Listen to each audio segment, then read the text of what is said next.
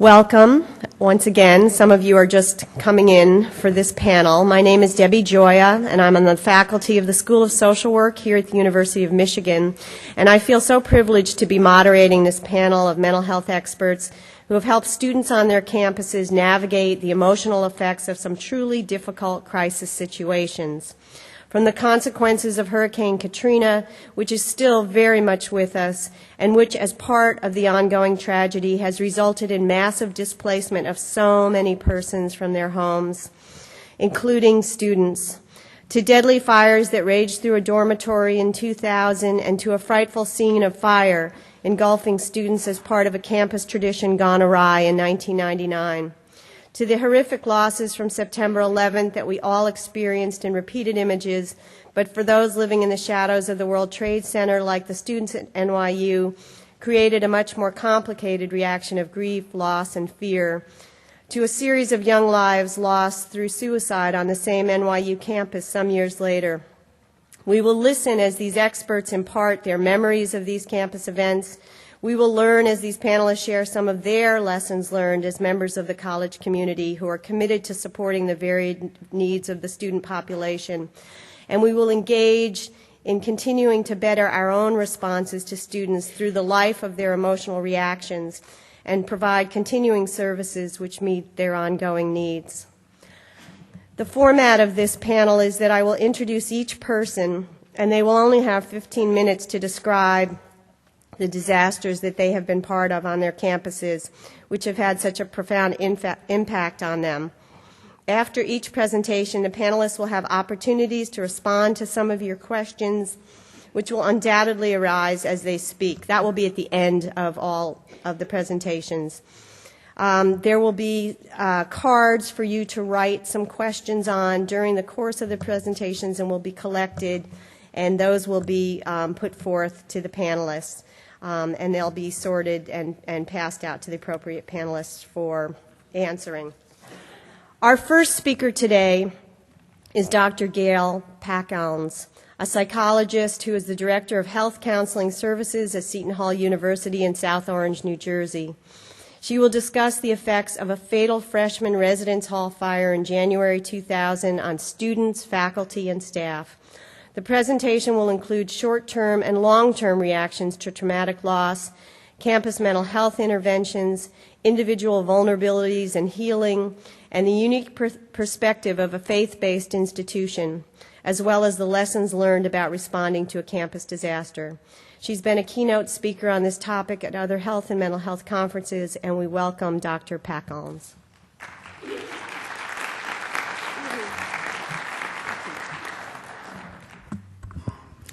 Thank you very much for inviting me here today. On a bitter cold January 19th in the year 2000, a little after 4:30 in the morning, I got the following phone call. Boland Hall is on fire. Smoke is pouring out the windows. Students are trapped inside. Get your staff here as fast as you can. That was the beginning of what is now a 6-year journey. We're in a very different phase now than we were in the weeks after the fire. But to give you some sense of where we are now, the trial is scheduled for this coming September for the 2 former students at Seton Hall who have been charged with setting the fire and indicted for numerous felonies. In that fire in 2000, 3 18-year-old freshman men died. There were 5 students critically injured, primarily with very severe burns. More than 60 students were seen at local ERs for a variety of injuries, primarily smoke inhalation. We had a residence hall of 650 students that was evacuated, and not one could go back in after the firemen had put out the fire and everything was okay, because it was a crime scene and because the fire and police had to do all kinds of investigation. We had some students, the whole student body that lived in that residence hall could not go back in for quite a number of days. Some of them could not go back in for several weeks, and those who lived on one particular floor did not go back in for the entire semester. We had students who evacuated that morning in pajamas, and some of them were even barefoot. They might have had a coat or a blanket on them. That's what they left with and could not get back in to get anything else. We had a great many losses that day. Obviously, the most important were the loss of life and of health, but there were lots of other kinds of losses as well.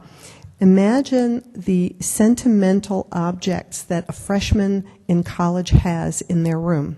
Imagine half the academic work that they were doing, the laptop they had just gotten the previous semester.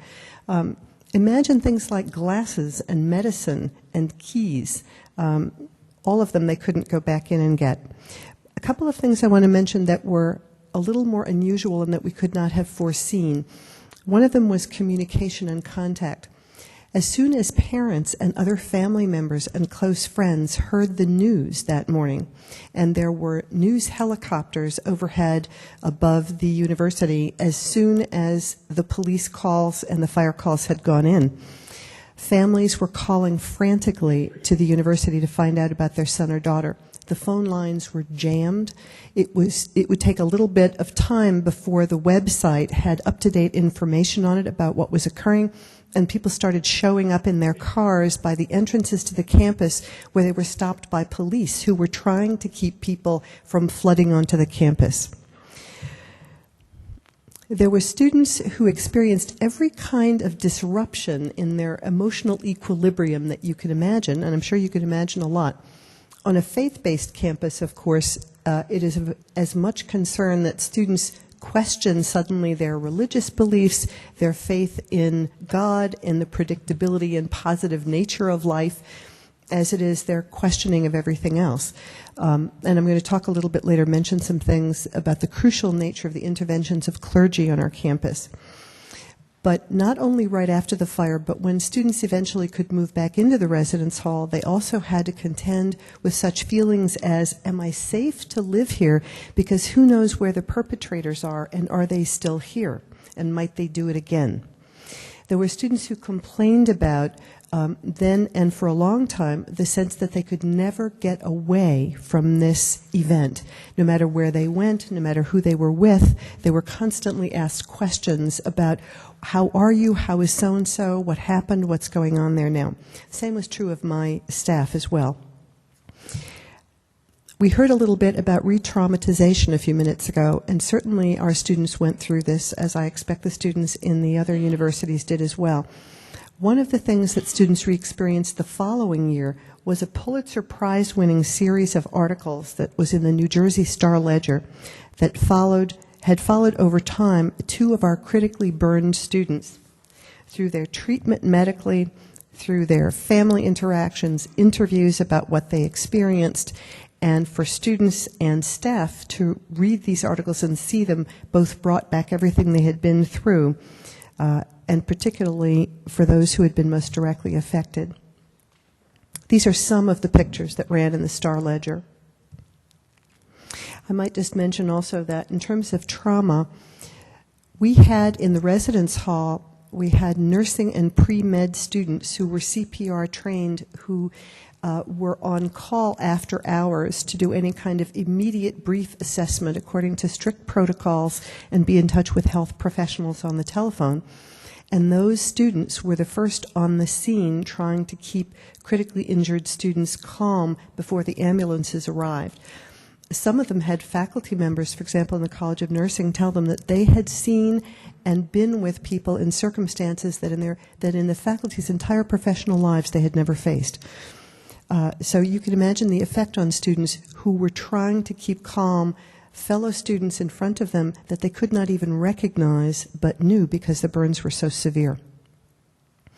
The kinds of, I'm going to focus really on the interventions primarily that the counseling staff and folks that volunteered and assisted us did. There were many other people who did a whole range of things on the campus afterwards, from providing a place where donations of everything from toiletries and bedding and clothing, where students could come who basically had nothing and who were too far away to get home quickly for a few days, to provide them with necessities just to simply get through the next few days to a week before they could go back in the residence hall. Presence was one of the most important things, I have to say, that we provided, and we heard about the importance of social support. My staff and I, and just to start, I want to say that after a disaster, my entire experience of the disaster is that need was like this. And our resources, no matter how many and how good, were like this. So there was constant decision-making about what can we do, where can we be, who can we be with, for how long, who else can assist us in trying to meet as much of the need that we can as we were called upon to do. My staff and I were present at a very vast range of circumstances, from being with parents at the notification, the official death notifications about their sons, to being with students in an off-campus warehouse where they were sorting through their smoke and fire-damaged belongings to see what could be salvaged, including being with families of the deceased and the critically injured. One of the things that happened further in the semester that I want to mention, because I thought it was so it was unique in my experience, and that was we thought that early on in the days and weeks following this fire that we knew, both through students who came forward to us, family members who called us, faculty and administrators who referred students or said, would you reach out to this person, that we might have had contact with most of the students who were most affected by this fire. But we found that even as late as April, when the Office of Freshman Studies was completing its contact with every single faculty member of every single first-year student to say, how are these students getting along, that they discovered almost a couple of dozen students who were extremely affected, who had never been identified, had never come forward, and no one had noticed that what they were going through. Students who were sitting in classes, taking exams and not being able to pass them, students who had not gone to class since January 19th, students who went to class and took notes and as soon as they walked out of the class couldn't decipher what they had written, students who couldn't sleep through the night, who were very shaken. Freshman Studies had those students come to counseling, and we began working with those students in this very short period of time near the end of the semester, simply to help them get back on track and make some decisions and start to feel slightly better, who had had no individual attention, it seemed, since January. Half of the Career Center staff, I want to mention, did case management functions. There was a room designated in the University Center where those staff provided case management functions for all the students on floor 3 north, which was the floor where the fire occurred, because their needs were so vast, from not having any possessions, filing insurance forms, negotiating what sort of accommodations they needed academically, and so forth. Pastoral care was really critical, not just because we're a faith-based campus, we're a Catholic diocesan university, but also because the clergy on our campus and other clergy who came to the campus to assist us talked about things that were of critical importance, like discerning meaning, finding hope, being able to articulate the long view and how the healing might proceed, and ultimately to even raise issues and discussions about such things as the concept of forgiveness for horrible tragedy and awful things that had been caused by fellow human beings. We found that campus ministry, who did groups each week from then on through the semester for students to gather and talk about issues of all kinds related to the fire, and then would pray together before the end of the group, drew more students who were more comfortable in going there to have such group discussions about exactly the same issues as the group meetings of various kinds that counseling was holding throughout the semester. Reestablishing routine sounded like something that, of course, had to be done and was extremely difficult to do, because students had mixed feelings about whether it was okay to go back to class, in fact, to laugh, to have some fun. We had a division within weeks after this event and carrying on through that semester of students who would feel guilty because they had fun last night and for an hour maybe didn't think about the fire and its consequences. And on the other hand, there were students who were enraged when they saw fellow students laughing and joking and having fun, even for a few minutes, saying, how can they be having fun? People died here. And were enraged and wanted it to stop.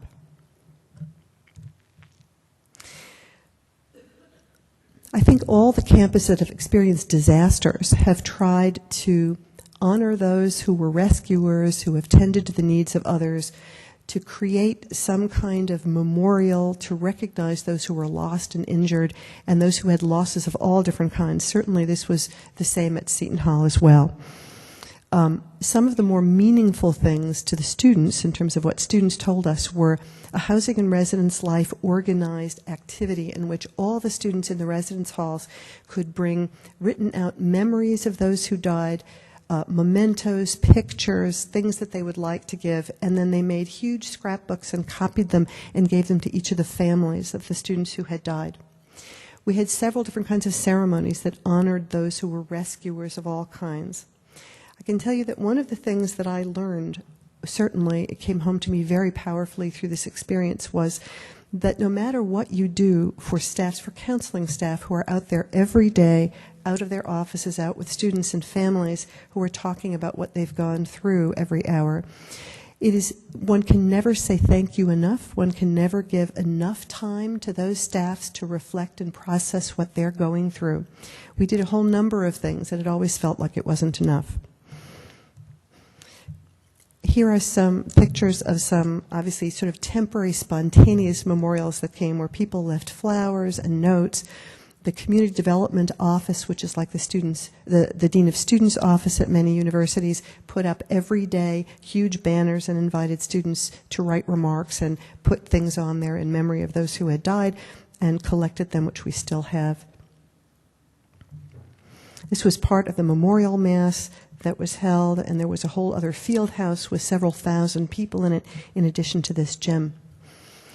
Even in the midst of tragedy, horrible loss, and frankly seeing and experiencing things that are just filled with horror, there were positive things that we managed to create and to find, ways in which we hope that we and others will benefit in the long run out of this tragedy.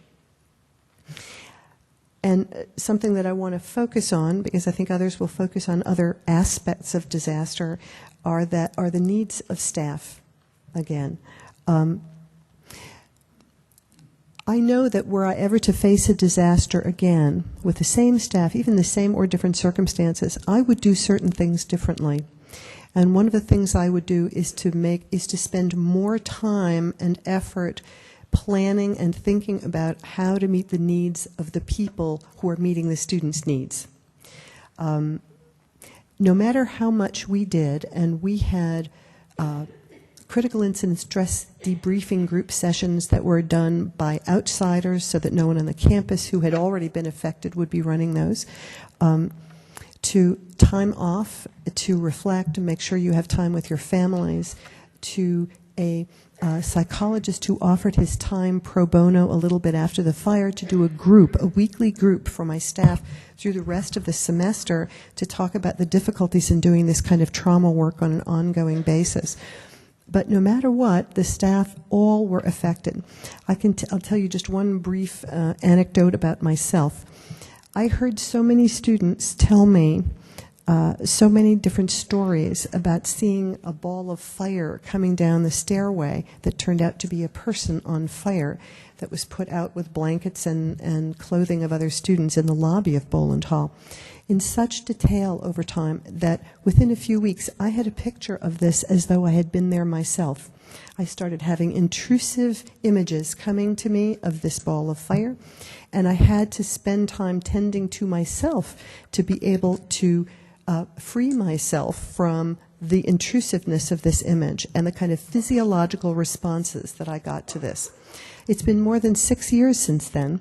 I can summon up the image now, although it's quite faded and it's not vivid the way it used to be, and I don't have any of the physiological reactions that I once had, and it doesn't come to me intrusively, but I can still summon it up and I can still talk about it, although my experience today is quite different. In a packet of your handouts, which I hope you all have, I've put some quotes from staff of mine from a year later, looking back to the time of the fire, to give you a sense of what some people's slightly longer-term perspective is.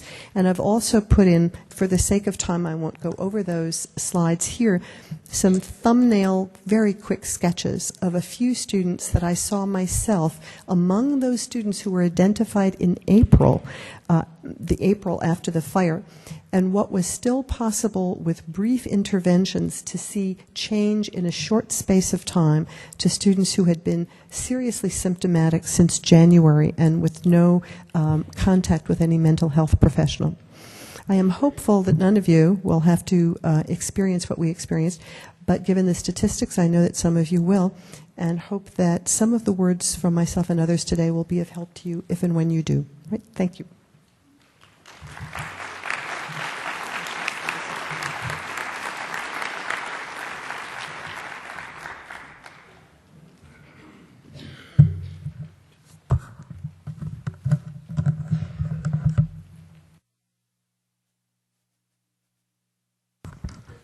Thank you, Dr. Pakalns. Our next speaker will be Dr. Carol Plummer. Dr. Plummer is a U of M alum, and she is familiar with trauma in her work with sexually abused children. However, she's here to talk about the impact of Hurricane Katrina, specifically on social work students at Louisiana State University in Baton Rouge, where she took a position just a few weeks before the hurricane struck. She will discuss the various forms of support and service provided to the students who came from New Orleans to Baton Rouge to continue their education. Thank you.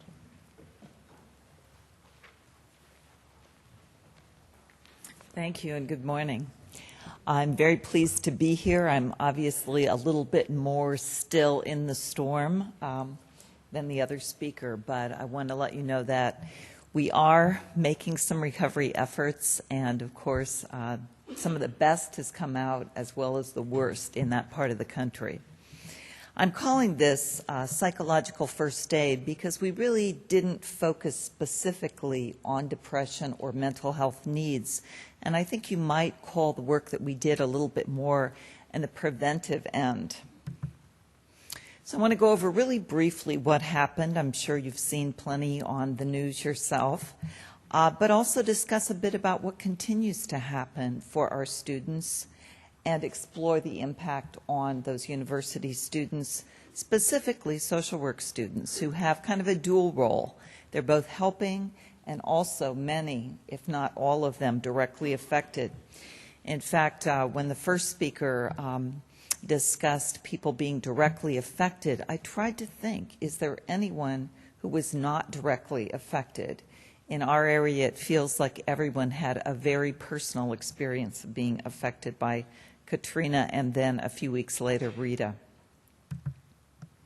So just to remind you, August 29th, this last year, 145-mile-per-hour winds covered the Gulf of Mexico, affecting 90,000 square miles in 7 states. Our university is about 150 miles from the Gulf of Mexico. So in terms of direct effect, we had trees down. We even had some deaths in our community, but obviously the effect paled in comparison to the New Orleans area. Outside the School of Social Work, just out our back door, is the PMAX Center, where Pistol Pete used to play basketball so well. That became a hospital triage where we had day and night helicopters coming in from New Orleans with people covered with mud and water, not having eaten, some for days. And just beside it, our field house became a special needs shelter. We had about 15,000 patients in that facility over about a month and a half. We tried as a university to respond, and I want to give you that overall picture first and then move a little bit more into what we did at the School of Social Work. Immediately, of course, we staffed a 24-hour emergency hotline. People needed to know what was going on. Electricity was down. Cell phones were down. Getting information was really critical at that point. They also provided many more phones in the community through the school because our cell phones were not working. We admitted in less than 10 days, after having taken off 2 weeks ourselves because of the disaster at LSU, we took in over 3,200 other students displaced from their schools.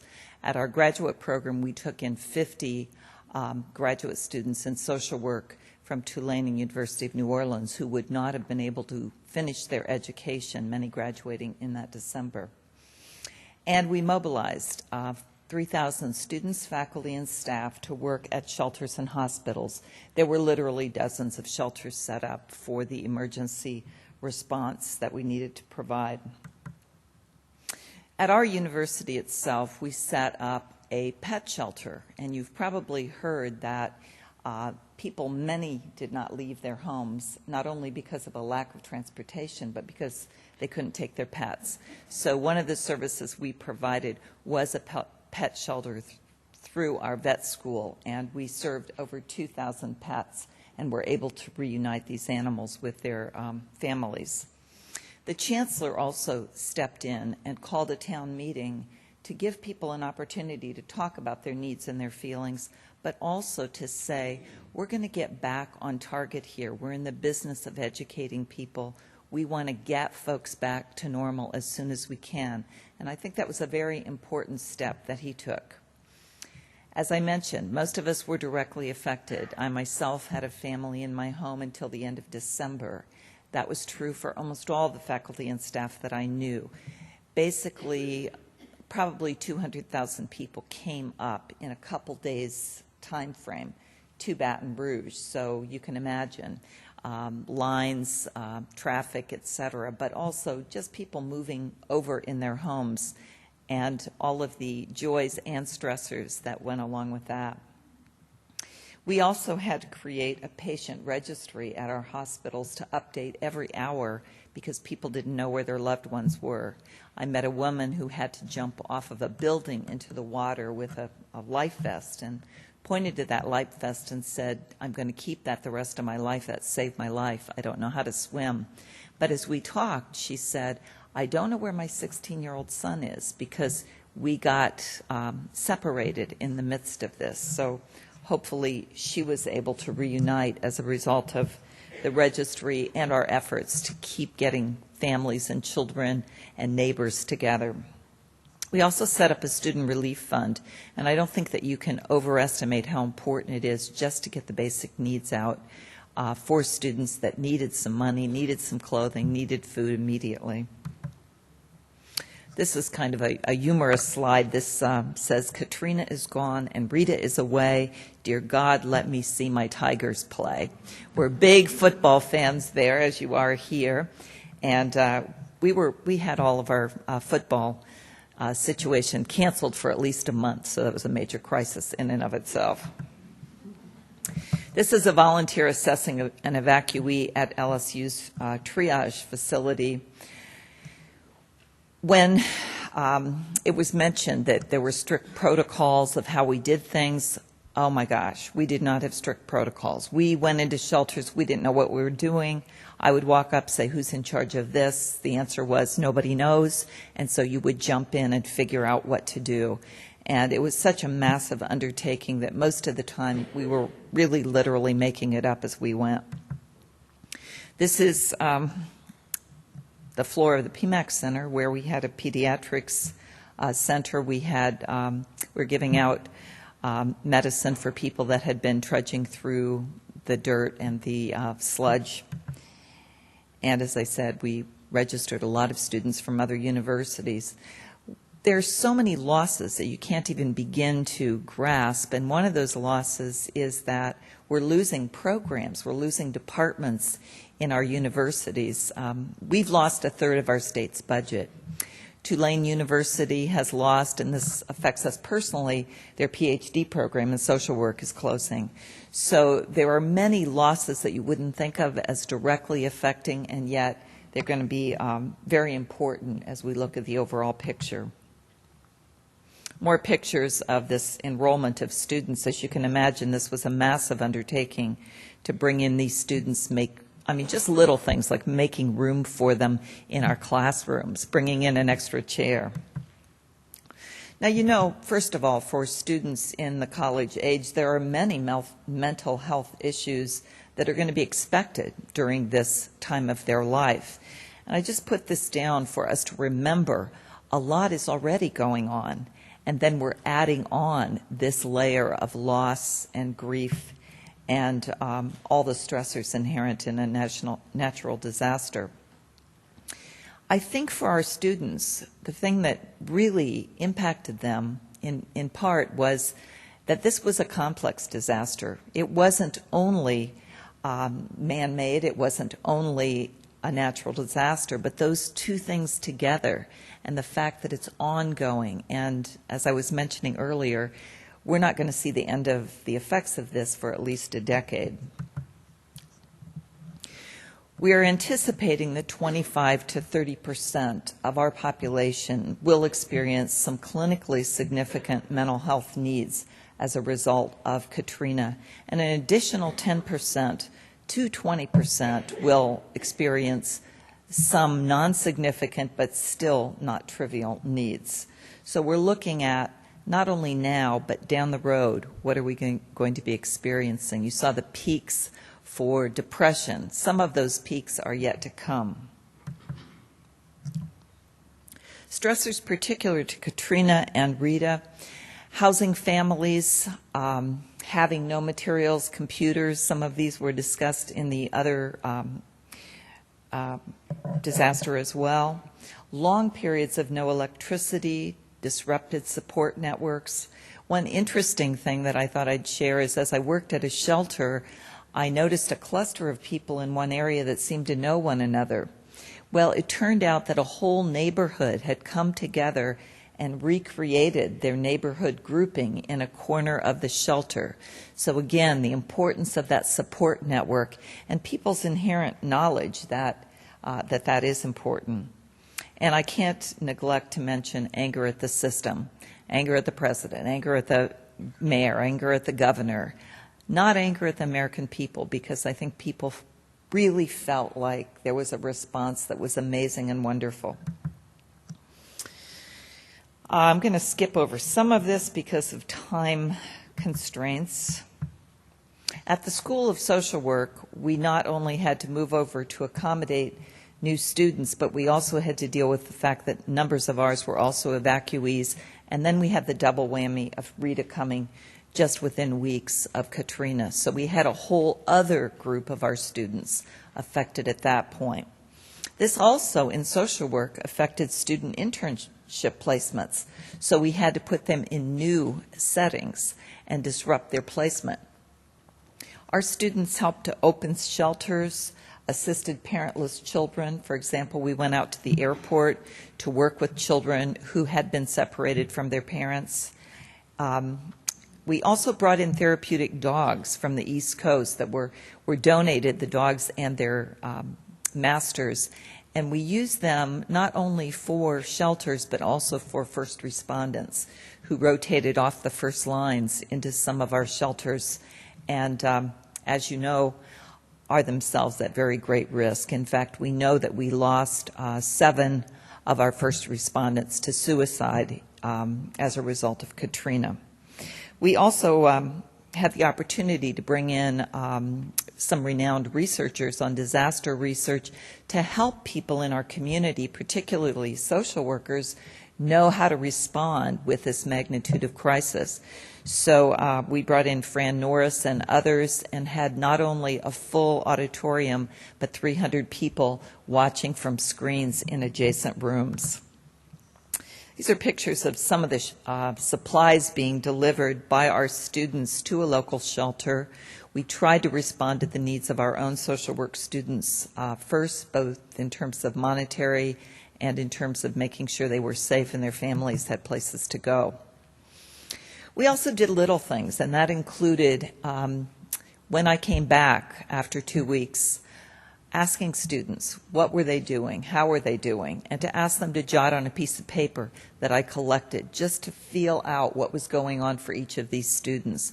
And I think that feeling that they were cared about individually went a long way. Obviously, we threw out a lot of requirements, a lot of deadlines for papers, etc. Tried to be flexible to needs. We did a lot of debriefing and offering support to our students. I threw out my agenda for some of my lectures and said we're going to start in with crisis intervention, both for you, your families, and the people that you are going to be working with. And they've also joined with students from other schools of social work to make a difference. Our lounge became a place that was sorting all of the different donations. So in essence, our key findings, we needed to be accommodating and flexible. We needed to get services in place quickly to decrease the trauma impact, return to normalcy as quickly as we possibly could, decrease the stressors to our students with aid, prepare our students for dual roles, particularly in social work, provide them with opportunities to assist others, which is empowering, and to try to anticipate and prepare for the ongoing needs, which are going to be great. And I'd like to extend to you all our thanks from that community for the help that you've been able to provide and others, because it's still needed. Come on down, help out when you can. Thank you.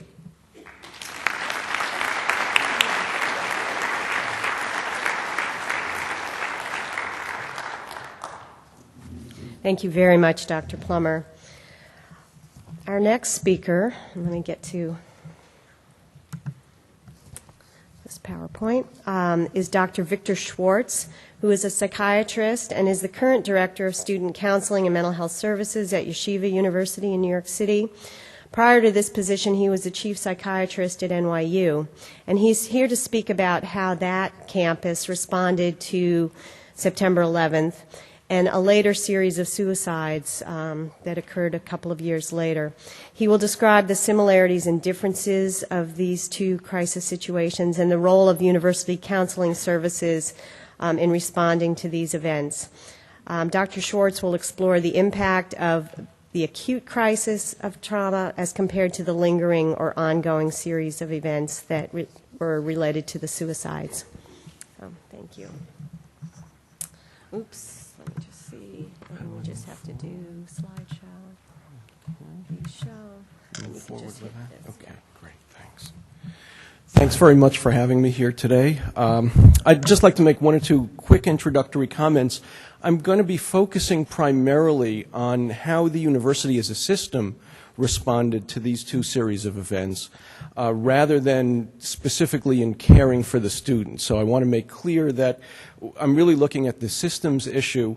As a result of that, and as a result of the very, very brief time that we have, I'm not going to be able to go into detail about the stories of the events, and that I don't want that to seem callous. I did put in your packets an article from the Hartford Courant, actually, about the student suicides, which is a fairly accurate description of what happened, at least in terms of the specific details. So if you get a chance to take a look at that, it'll fill in at least some of those stories. Again, I don't mean to seem callous in doing this in a very, very schematic way. Well, let's take a look at what happened, and I thank actually Dr. Gail gave a great introduction to the setting of 9/11. For those of you who are familiar with where NYU is situated, there really isn't a campus. It really covers the area from about 14th Street, more or less, in Manhattan, down to actually the southern tip of Manhattan. At the morning of 9/11, we were faced with a situation where we essentially had no idea what was going on in the city, as no one did. The story was kind of developing, and we were almost from everywhere in the campus able to see the Twin Towers. People were watching it on TV. There was still electricity, interestingly, although there was no phone service. We knew immediately that we were faced with if nothing else, a serious homelessness problem. We had 3,000 students in residence halls that were down in the southern tip of Manhattan, which immediately were evacuated. So we had students who were, this being 8:45, which is early in college time, students being woken up and kind of thrown out of their rooms and out of their buildings, and everyone was effectively told to just walk north towards the main body of the campus. Many of the students left without any ID, without money. They really just had the clothes that they were wearing, and immediately were told to go north. Again, there were no communications on campus. The phones, among other things, the World Trade Center was the center of most of the phone system towers in Manhattan. So phone service was essentially knocked out. There were some, I think, people who had capabilities, but almost no one. And of course, we really didn't know what the status of large numbers of our students were. Fortunately, actually, there were no fatalities among the regular students of the university, which was rather an amazing fortuitous event. Well, what did the university do? And again, I want to focus to a great extent on the administrative response. Just to create a little bit of context, interestingly, the president of the university had announced his retirement the summer before 9/11. So he had, as presidents often do, said he would be there through the year, but during the course of the year would be transitioning out. It was already, as I say here, a kind of lame duck administration. It was also a very trim administration. But very quickly, we were able to put together a management team. We did this by actually getting student volunteers to carry handwritten messages around from office to office. We gathered many of the key people very quickly and started a two-time-a-day meeting sequence. Set up immediately our athletic facility as the shelter because, again, we were faced with numbers of students who had no other place to go. And that became, from the students' perspective, really the command system. And importantly, a couple of people have mentioned before the difficulty in people not knowing, parents not knowing what was going on. Fortunately, emails were working. We had electricity and the data lines were preserved, even though the phones weren't. So we were able to set up a bank of computers and encourage students very, very quickly to communicate with their families, let them know that they were okay and that they were accounted for. We also set up a system very quickly to get students some money, some food, clothing. We found boxes of NYU T-shirts in the athletic facility and things like that. So we were able to really set up a kind of operation very, very quickly. The counseling service was part of the administrative team in this. We had people, we had signs set up and had booths essentially set up in the gymnasium, in the athletic facility. We went also, our regular office stayed open actually almost around the clock the first week, and we went to a full walk-in status. We saw people pretty much as they came in. Fortunately, it was the beginning of the school year, so there really weren't that many students who were in active treatment at that point. We were really all over the place, and we went to all of the dormitories that remained open, made rounds around the dormitories, and really, again, had a significant presence on campus. There's no one here from the DEA, right? We had residents actually the first couple of days walking around with packets of Ativan. And in the gym, surprisingly, very little was used, actually. I mean, it was the fact that they were there, and they stayed through the night, actually, the first several nights in the gymnasium. Really, by the third or fourth day, people had dispersed, gone to friends, gone back to family. There were, after the first several days, very few people still in the gym. Some of the buildings were unusable for weeks and weeks because of asbestos and other kinds of contaminants. So we did need to have long-term setups for this. Well, the university recovered in terms of the structure of the university, and people were very, very pleased with the way things came together and the fact that, again, the counseling center seemed to be kind of highly involved and supportive. We often walked around feeling as if we weren't sure what we could really contribute, but I think there was a strong sense of just having been there and been reassuring was comforting to people. Again, in this context of the social support that others have talked about, it really made a big difference.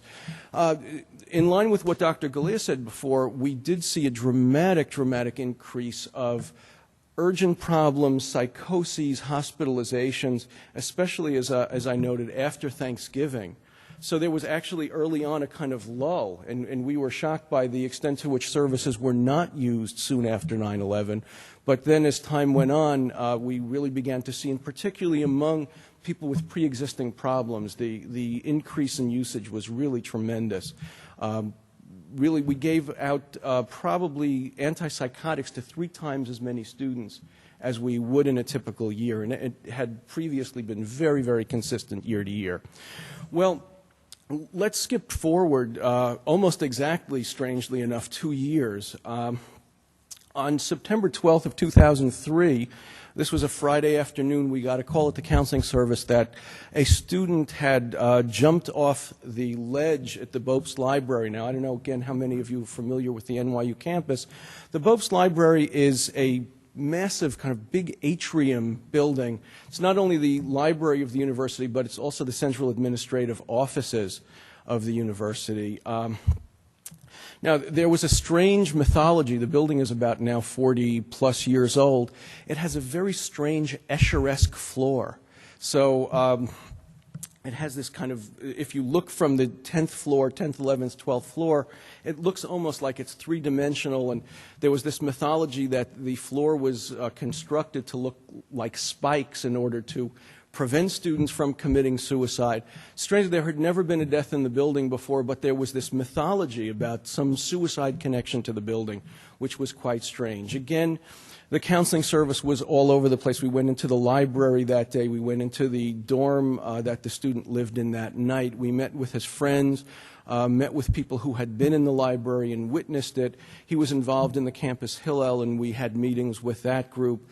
Met with the family, which, when these kinds of things occur, is a very, very helpful thing. It's good, obviously, both for the family, but I think it really felt as if the university was concerned and involved. There were, as you'll see in the Hartford Courant article, real discussions about the extent to which this should be publicized. The concern about contagion was, very, very acute, and we were worried about making too big a deal, particularly given the public nature of this event. There were also discussions that started about whether or not to put barriers. The railings in the library were about, well, for me, kind of chest height. For most, well, they weren't that high. And many, many people felt uneasy at the upper floors of the library. We thought that this was hopefully going to be a unique event, but it turned out not to be. Strangely enough, exactly 1 month later, to the day and almost to the hour, another young fellow again jumped really almost from the same spot. He was, again, as you'll see in the article, intoxicated on mushrooms. The medical examiner ruled this an accident, although, again, there was no psychiatric history, hard to say. Again, the same response. At this point, a decision was made, obviously, to close the landings of the library in this atrium. We also began a series of senior staff meetings, almost on every morning basis. Things got even worse. 1 week later, Saturday night, young woman, and again, the story is still very unclear what happened. It hasn't been resolved. Either fell or jumped out of a building which was right off of the campus, but really, again, in a very, very central and prominent area. The university, as you could imagine at this point, was really overwhelmed and panic-stricken. Again, the counseling center went and did our usual rounds and tried to meet with people and added extra hours. At this point, we really, of course, realized, and everyone realized, that there was a sense of crisis on the campus. We began to ask for outside help just to reassure people that we were doing what we needed to be doing to address this. The New York Post, which plays, as you'll see soon, a prominent part in this story, was really now reporting this as an NYU-based issue. We looked at these three situations. The circumstances were such that we couldn't see any link among these people. The second and third case, it wasn't even clear absolutely that they were suicides. Clearly, the campus, we were trying to keep a more careful eye on students that we knew were vulnerable. The sense of tension and panic among students was increasing. Again, walk-ins were skyrocketing to between 20 and 25 a day, as opposed to the usual 5 to 7 a day. And there was a general sense of hysteria, I think it's fair to say. And then things settled down. Again, this was mid-October. Things seemed to quiet down and began to come back to normal. Well, until this. On March 6th of 2004, so we're moving the clock ahead now about 5 months, there was a student who had just transferred to NYU to be close to her boyfriend. had a history of borderline personality disorder, multiple suicide attempts. Again, we don't have time to really go into the story. This actually was her boyfriend's apartment building, which was way off campus. Unfortunately, it was right up the street from the New York Post's office, and one of the photographers happened to catch this event while it was happening. When they found out it was an NYU student, actually, it ran 2 days on the front page. There was a series of lurid stories about her funeral. It was really turned into a kind of media circus by the Post. Actually, the American Foundation of Suicide Prevention uses this as the prototype of bad reporting around a suicide. The interesting thing was that the students actually seemed to get angry at this point. They felt as if the university was being unfairly singled out. They, I think, were tired, actually, of the whole thing, and nobody knew this student. She was really essentially unknown on the campus. Again, the administrative and public relations ramifications were terrible, and the university was really reeling as a result of this. There was a bunch of theorizing, and again, not enough community, too much community. Curiously, all of these people, other than this fourth young lady, had many friends on campus, so they didn't seem to be suffering from a kind of social isolation. At this point, the administration was completely hysterical, and actually, essentially, the counseling service now lost control of what was going on. Sometime later, one of the senior administration members who had a background in mental health care presented a model of suicide prevention based on her culling of pretty much anything anyone had written about suicide prevention and figuring out how one could make that done. Although, many of the things that are written suggested that many of these items didn't really have that much particular benefit. We finally were able to get the administration to bring in an all-star list of consultants. Unfortunately, by that time, there was such a sense of panic that their message, which was that everybody needs to get a grip on themselves and make sure that they're providing good care, was simply not able to be heard because there was too much fear.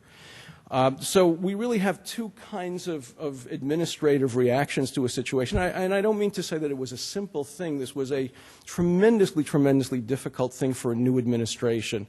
So very quickly, what were the positive factors in the 9/11 response in terms of the university? It was an external threat. The confident lame duck administration had nothing to prove, which made it actually much easier for them to function with a kind of clear-headed approach to things. The counseling service was actively engaged, and the vice president of student affairs was interestingly a stand-in who admitted, although was a great political scientist, admitted that she knew nothing about mental health affairs and was really ready to accede to our being the experts in this area, and pretty much followed our leads. As opposed to that, the events of the 2003 deaths were intrinsic to the university. There was a feeling that something, again, must be causing all of this. We were dealing with a new administration which had several problems connected to it. First, they were not really that confident, obviously, in their positions. Secondly, there was a little bit still of administrative confusion of who was responsible for what. People had things to prove, and in some ways, unfortunately, as happens, people cynically, to some extent, tried to take advantage of this to come in as the knights in shining armor to save the day. In the process of doing that, in many cases, they actually undermined the systems that existed. The Bopes Library issue, this was the center of the university administration, so it felt like a kind of direct attack at the heart of the university. There had also been an unusually long period with no suicides or deaths on campus. It had been something like since 1996 that there had been a death there. Just want to make two general points about what we can learn, and then I'll wrap up. The idea of suicide contagion has obviously been written about a lot, and it occurs to me, and particularly I don't want to go back to the picture of the New York Post, but a notion that I've come to think of as a kind of soft contagion, a sort of lowering of the threshold for suicide and death when confronted with multiple episodes of this. I wonder whether these deaths would have occurred. The fact that the first one occurred on September 12th may not have been completely accidental. The fact that they were all jumping, although, again, that's a common mode of successful suicide in cities, but again, it may not be completely an accident after all of the exposure to those pictures. And just as a general thought, I want to leave you with the idea that the main challenge as a system in a situation like this is to contain the anxiety of the community. The way we can do that is by having programs like this where people have a chance to come together and learn about what can be done, what are the limits of help and support that can be taken care of. You need to prepare your first-line staffs, the rescuers, the people who are really out there with the students, and you need to make sure that you have ongoing good communication with the important offices in the university. During the crisis, obviously, it's important to have meetings and to make sure everybody is working together. Counseling and the first-line student support staff need to be active and out there in order to contain the anxiety. Again, creating that sense of social support is of urgent importance. And I think, again, given that the university here is going through a difficult period of time, the use of outside consultants as a way of kind of reassuring yourself that you're doing what you need to be doing is a very, very important thing. And I think will solve a lot of the, or at least will support the administration in dealing with the anxiety that comes with a situation that feels out of control. You need, I think, as everyone has pointed out, to support the supporters. That's a very, very urgent thing, and the counseling center needs to be really also prepared to go through a period of time and has to keep their therapist heads about them. What I mean by don't become a suicidal community is it's important to recognize that just like with MIs, you don't really prevent them by preventing the MIs. You can't stop suicides. And again, I want to be clear what I mean. What you can do is you can take care of and treat and prevent the underlying problems, psychosis, anxiety, depression, the things associated with it, and substance abuse is an important and sometimes under-recognized connection here, that if you only begin to focus on the suicide concern and suicide danger, you're actually in some ways going to make the problems worse because it will in fact increase the anxiety on the campus and in the community and in fact really raise the risk of the situation continuing. Thanks very much.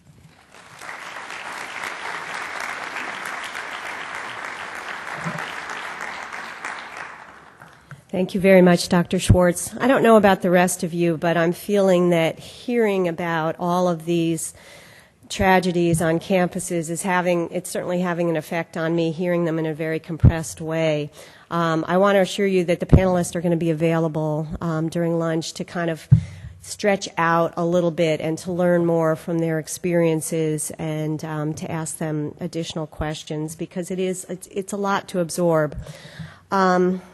Our fourth speaker is Dr. Ted Stachowiak, and he is a psychologist and the Associate Director of Student Counseling at Texas A&M. At 2:42 in the morning on November 18, 1999, a 55-foot stack of several thousand logs lashed together as the frame for a 90-year-old traditional bonfire collapsed, killing 12 students and injuring at least 27 others. The student counseling service on that campus played a significant role in responding at the site of the tragedy, at designated places on campus and at local emergency rooms.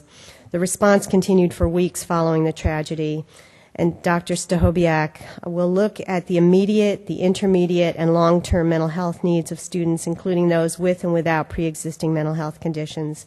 The response plan of the Counseling Center will be presented with a critique of its strengths and weaknesses.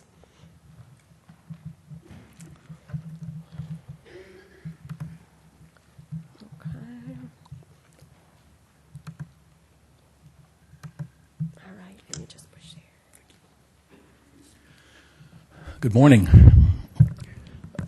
I'd like to be able to say that I'm glad to be here in Michigan and away from the Texas sun. And even though it was spring yesterday, we're still waiting for it to happen down there also.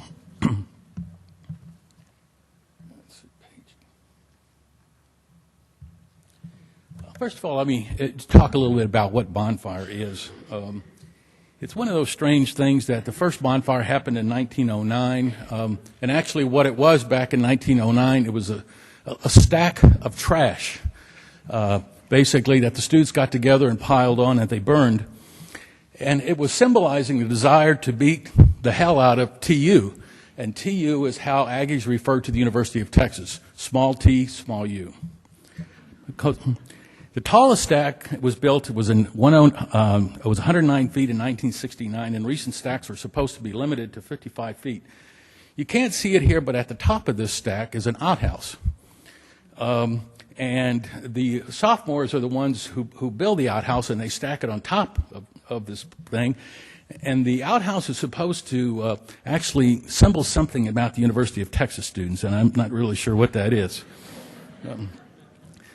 In the original bonfires, actually, students went around and stole these things from local farmers and got caught, and they started to build their own.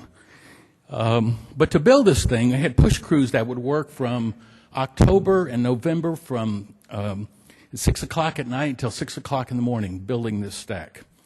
This is what the stack looked like, and I want to call your attention to this because it has some significance in terms of some of the details I'm going to point out. First of all, you can see that it's sort of like a cake layer kind of structure here. And in building this, there will be students, and there's a center flagpole, who will be hanging from that center flagpole in harnesses, working around, tying cables to the stack to hold the logs together. And there will be some students who will actually be standing on areas of the stacks where are flat and level. You'll also see there that there are light poles bending back, and those light poles had powerful lights on them that would shine during the night to allow students to work through the night. This is what it looks like when it would be burning, and if you look real closely there, you can see some students on each side, and it gives you kind of an idea of the size of it when the thing really goes up in flames. What they would do is they would douse it with jet fuel and then light it and then let it burn. A little bit about the collapse. It was mentioned on 2:30, November 18, 2:30 in the morning, November 18, 1999. There were 70 students who were hanging either on safety belts or standing on the stacks themselves, working on that. Reports were, and the reports actually came from EMTs, student EMTs, who were sitting in an ambulance there and who had heard this thing, that there was a loud snap and then the whole stack collapsed. When the stack collapsed, it brought the lights down. And so there was total darkness. And in this total darkness, there was this tremendous mushroom cloud of dust.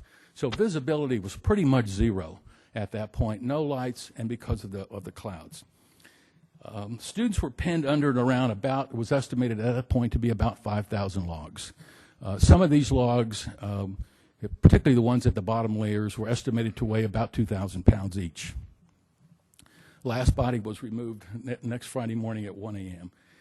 This is a picture of one side of what that stack looked like, and you can see a crane there, and there were chainsaws, and crews of 5 and 6 would work together to pull out the stacks of logs and to drag them away. They had engineers there to make decisions about which log to pull out next, because they didn't want to create a further collapse in the event that there were students underneath that were still alive.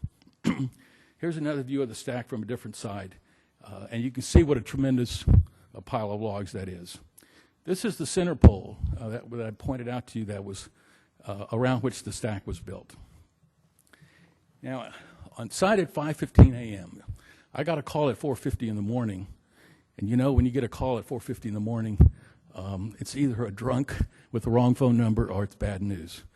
This turned out to be very bad news.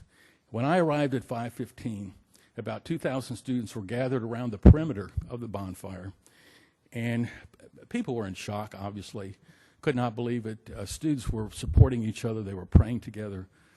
They were all pretty much numbed, and as was mentioned before, the media were there in droves. We had helicopters flying around also, but there was a tremendous community response that happened almost immediately. We had 3 people there on staff immediately after notification, and immediately that morning the counseling center had an 8 o'clock emergency staff meeting in which duties at that point were assigned in terms of who was going to be doing what. We have a helpline that is normally staffed from 4 o'clock in the afternoon until 8 o'clock the next morning. They made the decision to keep it open around the clock for for 10 days. We compiled a list of 65 volunteer mental health professionals who had called in to us saying they wanted to know how they could help. We had 6 staff on site until 7 p.m. Our job there really was to interact with families to whatever extent we could, and the families were there on site as the logs were being pulled apart. We were there also to support other staff. It was interesting when I first arrived on site, and I went up to one of the student affairs persons and I said, what do you want me to do?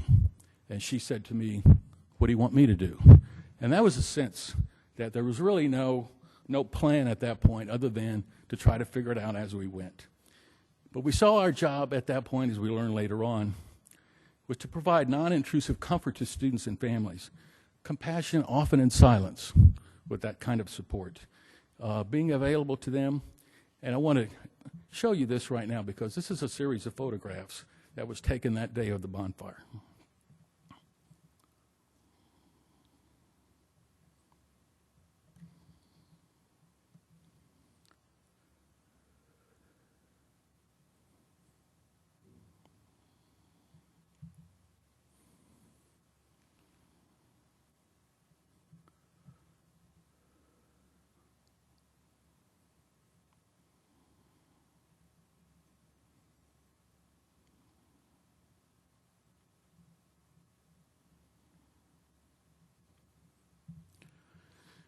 Also wanted to mention, I'm going to be skipping some slides too for the sake of time, but at the end, the last slide here, I'll give you my email address because you don't have a copy of this PowerPoint. If you send me an email address, I'll be happy to send you a copy of this presentation. Communication was a big issue, as has been mentioned before. We were assigned to go a number of places on campus, and while we were doing that, we also had other things to do. We had scheduled clients to see.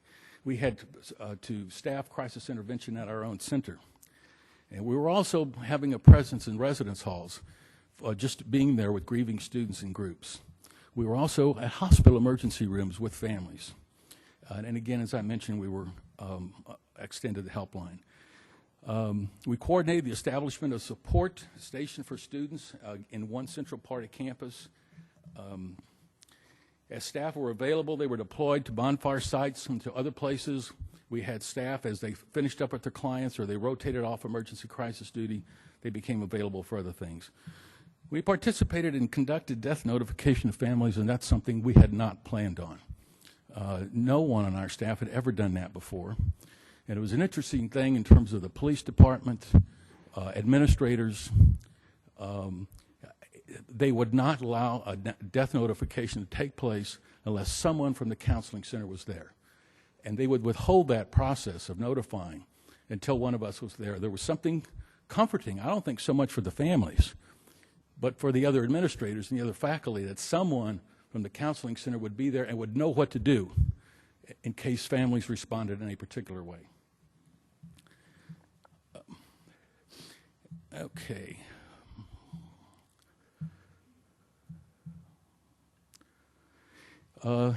In the days afterwards, we became aware through communications that there were about 35 students who were known to be particularly affected by this tragedy.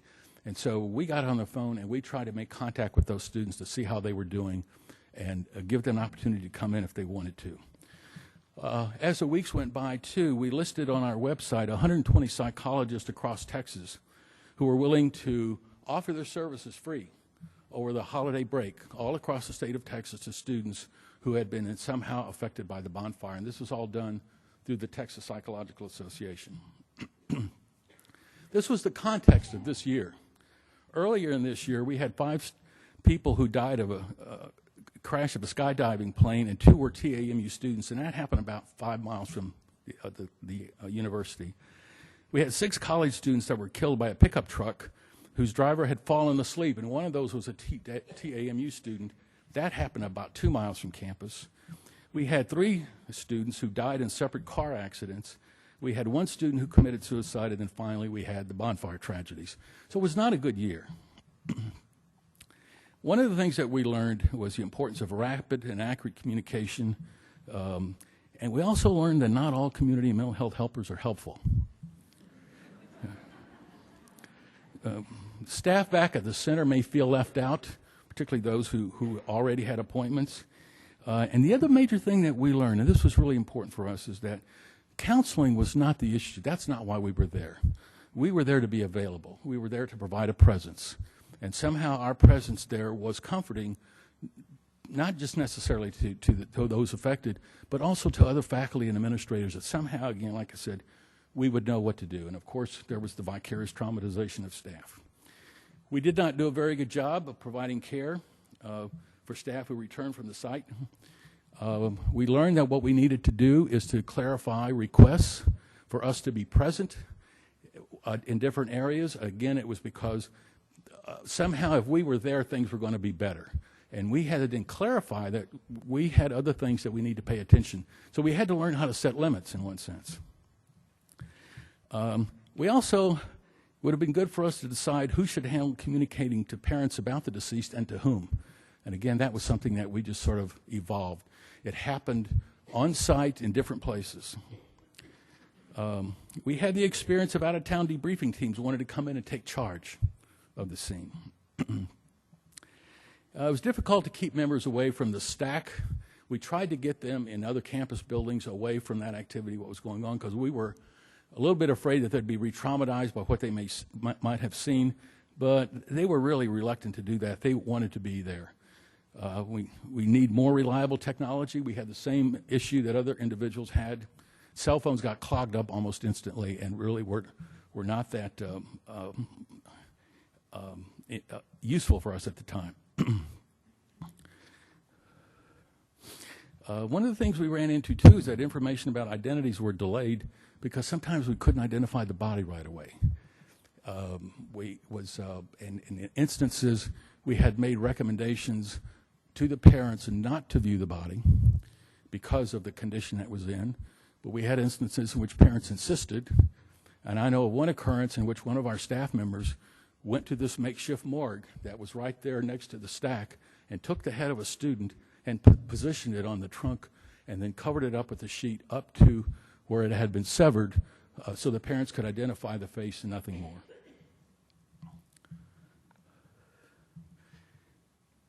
One of the things that we need, I think, we developed because of all these individuals who came onto campus and wanted to be a part of being helpful, it wasn't coordinated. And we decided very early on we needed all that to take place through one individual.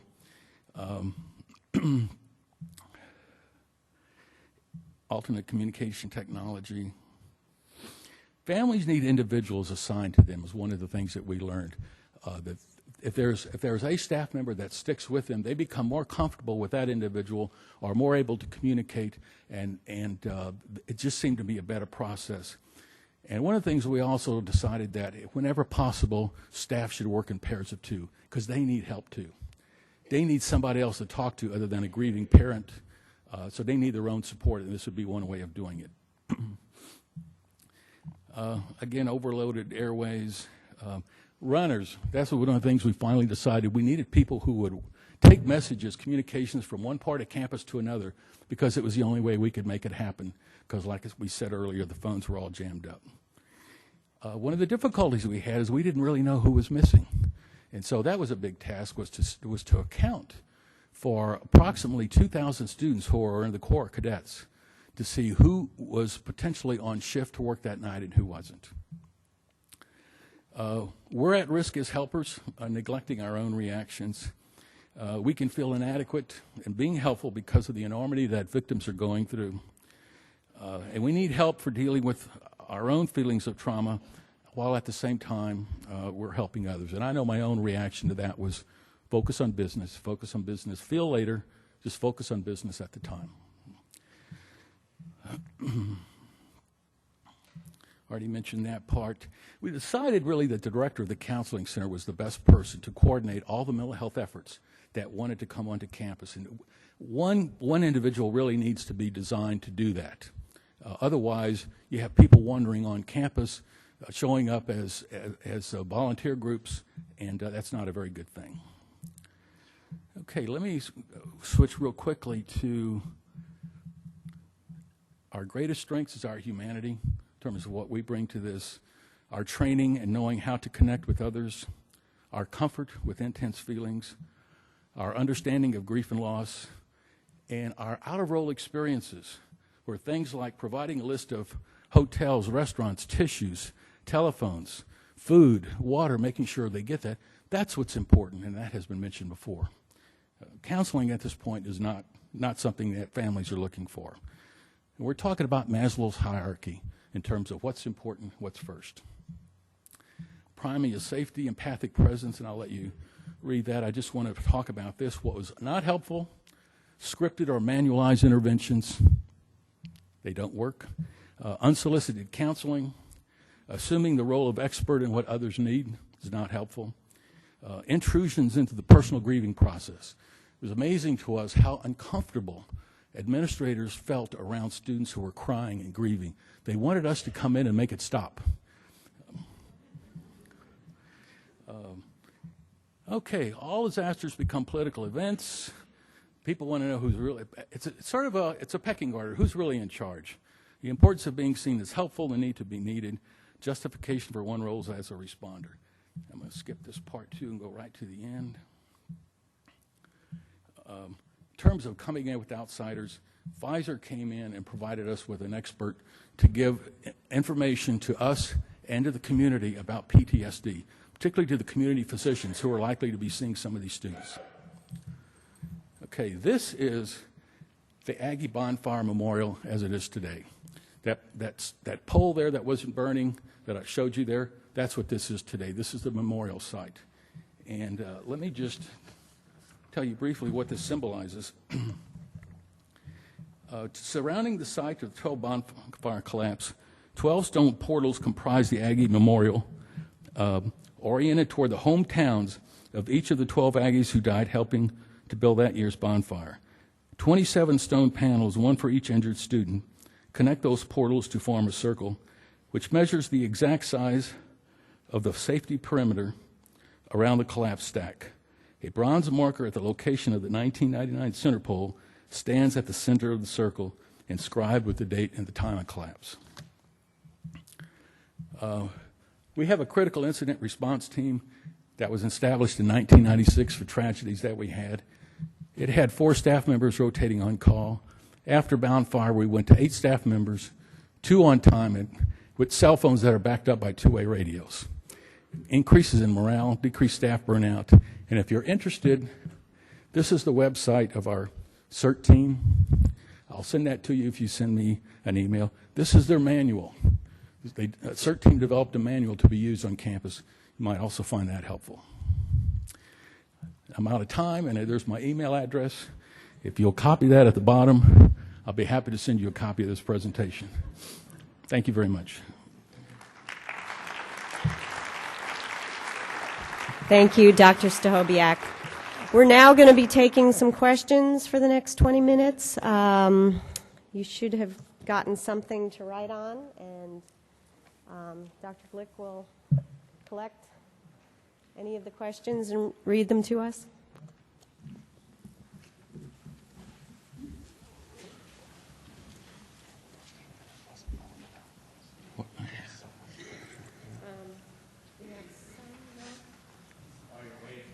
Okay, let's just take some questions from the floor.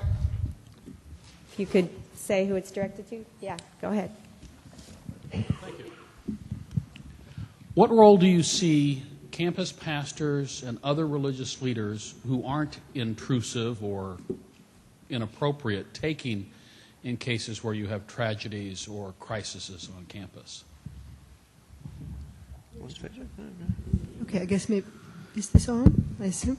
On our campus, clergy were with us at many of the things that the counseling staff did. Not all, but many. Whenever there was something on campus where we simply wanted a presence, for example, when Boland Hall reopened and students came and their families came, we had clergy assigned in certain rooms, some just to mingle with people and be a presence, and some in specific rooms that were available if parents, for example, wanted to speak to a priest. They had groups in campus ministry separate from groups that we had in counseling. This was after a number of weeks and months. But at the time, wherever we had, for example, our case management room in the University Center, where all the students and family members of those from the floor where the fire occurred, whose needs were the greatest, could spend the whole day there. We always had priests there. Whenever we had public information sessions at which a dean, a vice president, or the president were giving information, which in the first few days after the fire was every couple of hours there was sort of a public meeting at which anyone could come and be updated about all kinds of things. There were always clergy present. Priests are sort of interwoven into the whole life of what goes on at Seton Hall. So they were a very visible presence through much of what we did in most places. What about another, that's a religious institution, what about our secular? Go ahead. Well, I think as part of this whole sense of creating senses of community, I think in most bigger universities it's really not sensible to think about a community, but what happens is you have groups of students who cluster around various things. Very often students actually in the face of an acute crisis are most comfortable reassuring each other. And you offer all kinds of workshops and programs, and typically people don't show up, and they kind of find more natural ways to just hang around and take care of each other. But I think giving multiple avenues of support for students, even if people don't take advantage of it, is simply reassuring. And I think the clergy is one very powerful area because it's typically associated in people's minds with home, with comfort, with reassurance, and with some sense that there's an orderliness to the world, which is very reassuring in the context of a crisis or a disaster.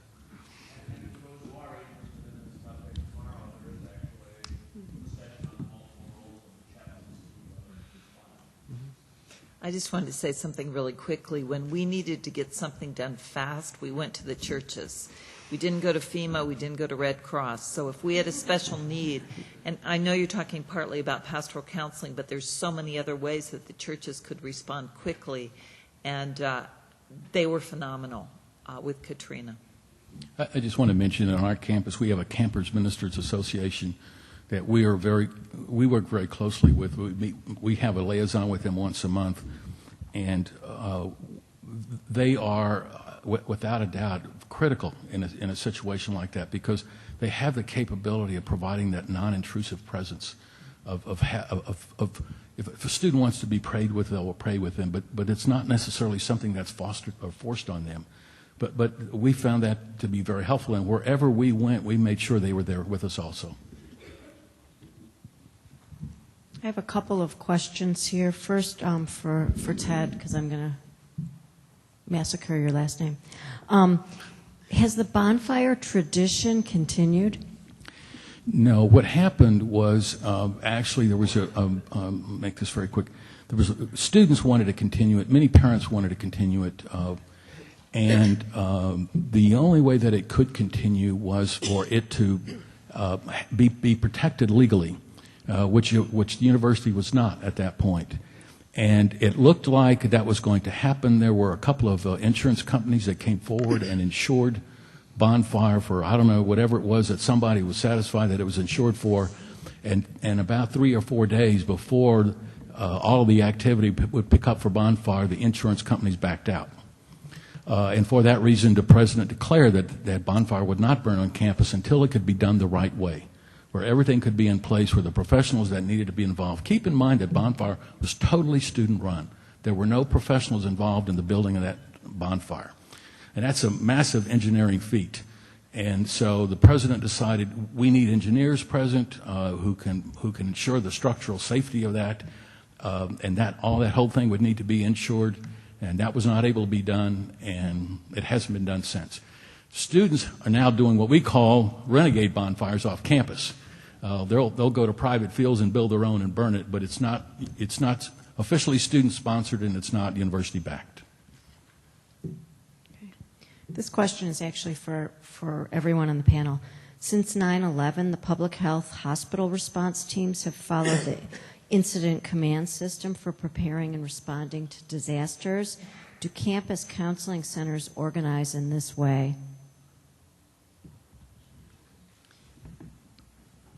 I don't know. I don't work at a campus counseling center, so that's an easy one for me. I think what you might be referring to is what you're calling incident response team, is our critical incident response team, which we have on campus.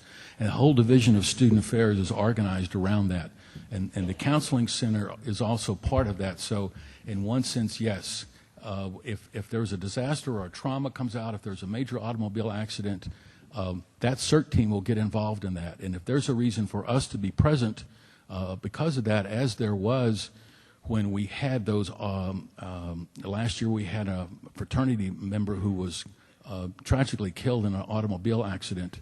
We went to the fraternity house and visited with them for a good 45 minutes and just tried to understand what they were going through and offer our services. So we do get pulled in as part of the response.